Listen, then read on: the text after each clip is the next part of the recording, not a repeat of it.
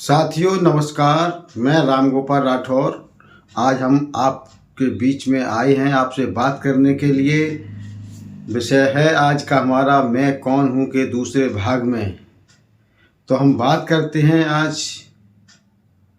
साथियों, आपने कई महापुरुषों के मुंह से किताबों में वीडियो में सुना होगा कि मैं कौन हूँ।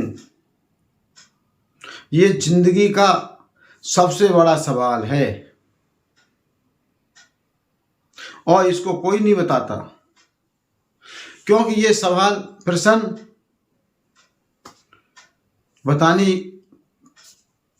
के लिए है ही नहीं। ये आपको अपने अनुभव से पता करना पड़ेगा। फिर भी आपके सहयोग के लिए मैं इस बात को बताता हूँ। पिछली वीडियो में हमने बताया था शरीर के बारे में। पुनः आपको एक बार याद दिला दूं, मैं कौन हूं। मैं आपको अपने आप को 3 भागों में बांटना पड़ेगा। नंबर 1 शरीर, नंबर 2 होता है मन, विचार, भाव, और नंबर 3 होता है जिसे आप आत्मा कहते हैं या चेतना कहते हैं। ये 3 भागों में आप अपने आप को बांटो। पिछले वीडियो में हमने बताया था शरीर के बारे में, क्योंकि शरीर के बारे में सभी लोग जानते हैं। फिर भी मैं आपको पुनः बताना चाहता हूं, हमारे शरीर के अंदर क्या है। वैसे हम लोग बीमार पड़ जाते हैं, कोई बात हो जाती है तो डॉक्टर लोग सही कर देते हैं दवाई देकर, लेकिन वो एक समस्या है। लेकिन हमारे शरीर का जो ढांचा है, इसको हम लोग 10 इंद्रियों में बांटा गया है। 5 कर्म इंद्रिय और 5 ज्ञान इंद्रिय।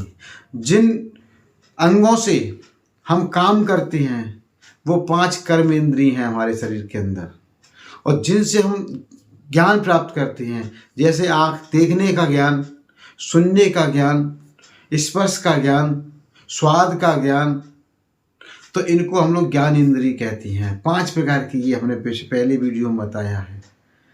अब आज की वीडियो जो दूसरा भाग है उसमें हम आपको बताना चाहते हैं कि मन, विचार, भाव ये क्या है।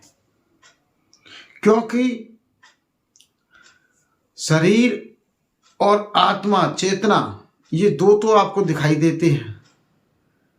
ये दोनों स्तर हैं और यही वास्तव में 2 हैं, तीसरा तो बीच में है ही नहीं। लेकिन सारी समस्या की जड़ जो है वो ये बीच का दूसरा भाग ही है। शरीर आपको दिखाई देता है, आत्मा भी आपको कभी कभार महसूस होती है कि हमारे अंदर आत्मा है, शक्ति है, भगवान का अंश है।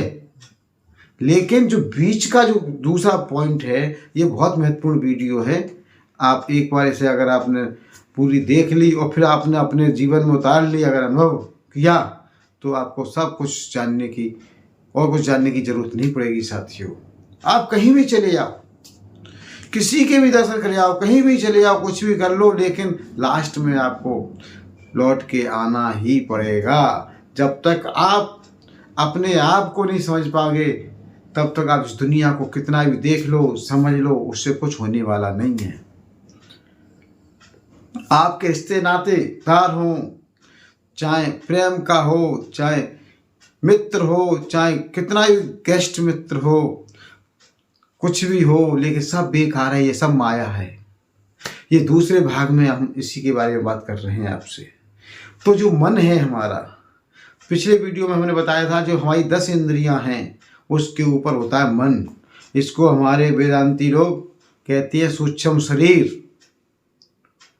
मन को 10 इंद्रियों के ऊपर मन होता है, और मन के ऊपर बताया जाता है कि आत्मा होती है। तो उसके बाद में आत्मा, चेतना के बारे में हम बाद में अगली वीडियो में बात करेंगे। आज हम मन के बारे में बात करते हैं। असली अगर देखा जाए तो जो आत्मा, चेतना आप जिसे कहते हो, उसी की छाया है मन। वास्तव में मन है ही नहीं, मन होता ही नहीं है।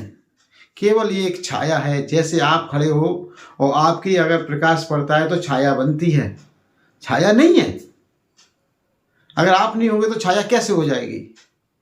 इसी प्रकार अगर आप नहीं हो तो आपका मन भी नहीं है, मन होता ही नहीं है। मन तो एक ऐसे मान लो जो विचार आते हैं, आंधी आती है, हवा आती है और स्पर्श करके चली जाती है, तो आपको ये अनुभव हो जाता है कि हवा आई और चली गई। उसी प्रकार आपका मन है, विचार है, भाव, ये आते हैं और चले जाते हैं।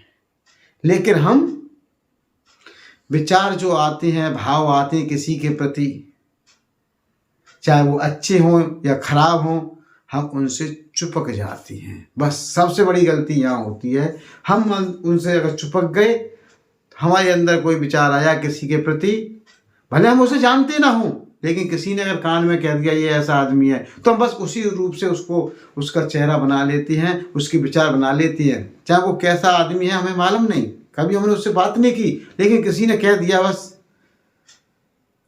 कि वो ऐसा आदमी है, तो हम उसी हिसाब से अपना मनोदशा उसकी बना लेते हैं उसके प्रति। साथियों, तो ये जो हमारा मन है, हमें इससे चिपकना नहीं है।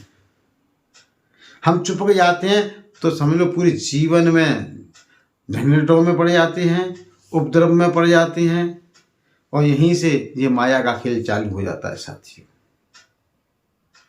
पूरी जिंदगी खत्म हो जाती है लोगों की इस मन के चक्कर में। कई विद्वानों ने इसे सूक्ष्म शरीर कहा है। सूक्ष्म शरीर पर भी अगर हम बात करें तो लोगों ने बड़ा बड़ा बेवकूफ़ बनाया लोगों को, और सूक्ष्म शरीर के बहाने लोगों ने लूटने का काम किया है लोगों को। सूक्ष्म शरीर क्या है? मन क्या है? आपका विचार आया, मैं आगरा गया, ताजमहल गया और ताजमहल से वापस आ गया, कितनी देर लगी? 1 सेकंड लगती है मुश्किल से जाने में आने में। ये मन के विचार हैं, यही सूक्ष्म शरीर है।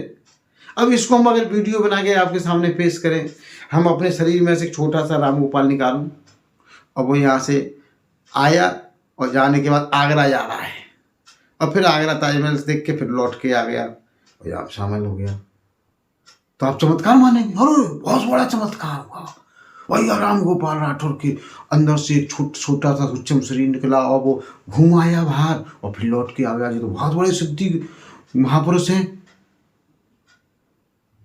ये सब मिथ्या है, कुछ नहीं है। आप विचार करते हो, कहीं भी जाते हो, आपका मन जाता है तुरंत आ जाता है, यही सूक्ष्म शरीर है। ये कोई शरीर है ही नहीं।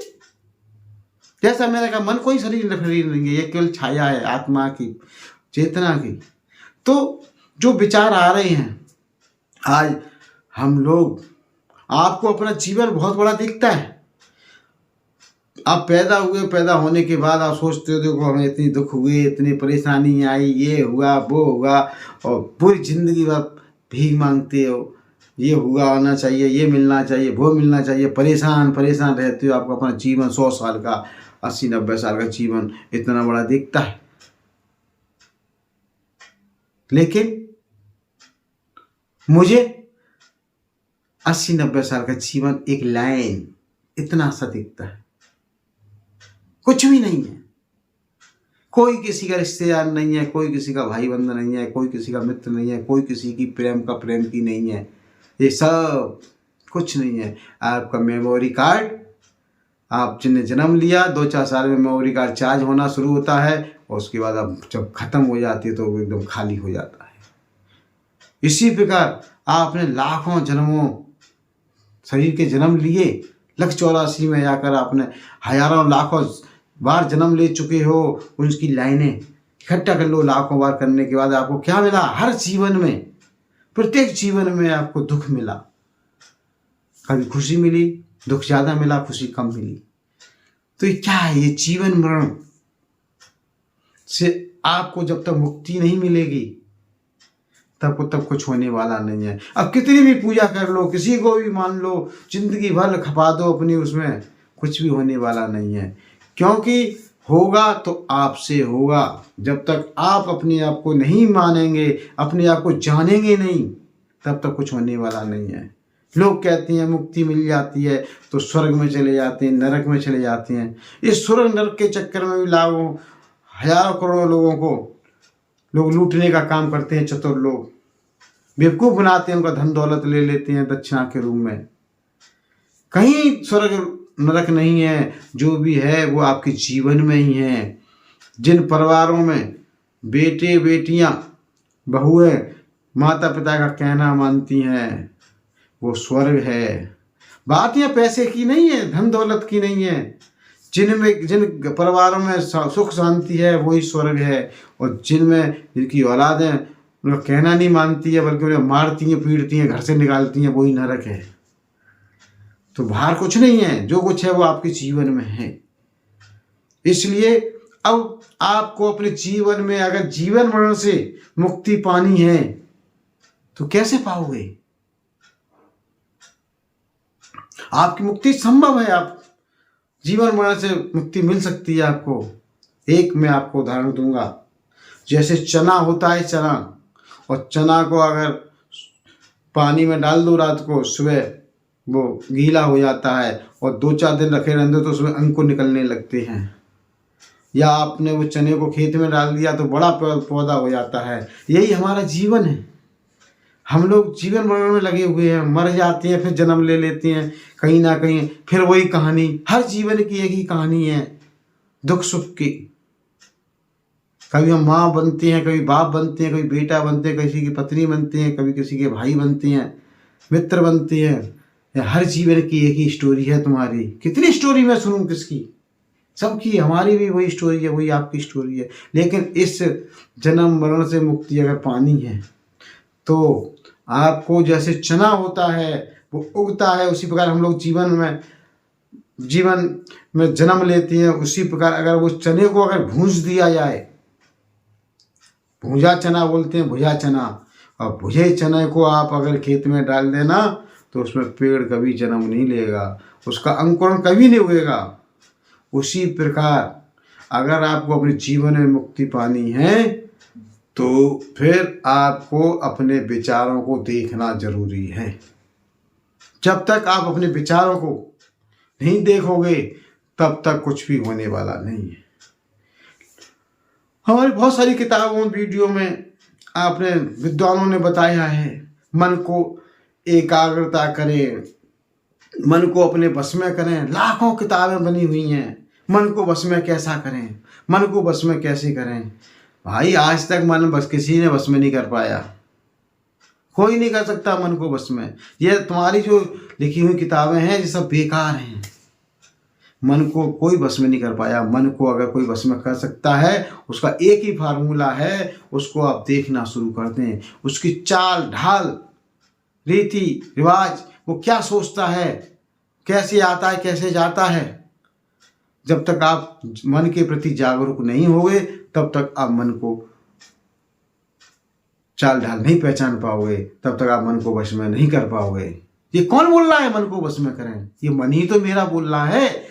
मेरा मन खुद बोल रहा है कि मैं मन को वश में कैसे करूं। तो बताओ, कोई व्यक्ति जो बोल रहा है वो अपने आप को क्यों वश में करेगा? ये तो आपको केवल समझाने के लिए कह दिया है। इसलिए उसकी चाल को समझें। मन को समझने वाला कौन है, मन को देखने वाला कौन है? वही तो चेतना है, वही तो आत्मा है, वही तो देख रही है। वो जब देखेगी तब वो मन के जो विचार आएंगे उसे समझेगी। अरे, और चुपकेगी भी। अगर मन के साथ चुपकेगी तो कुछ देर के लिए चुपकेगी, मन के साथ जाएगी, लेकिन उसे जैसे ज्ञात होगा, जागरूकता उसे जैसी होगी वो तुरंत वापस आ जाएगा। आपकी आत्मा वापस आ जाएगी।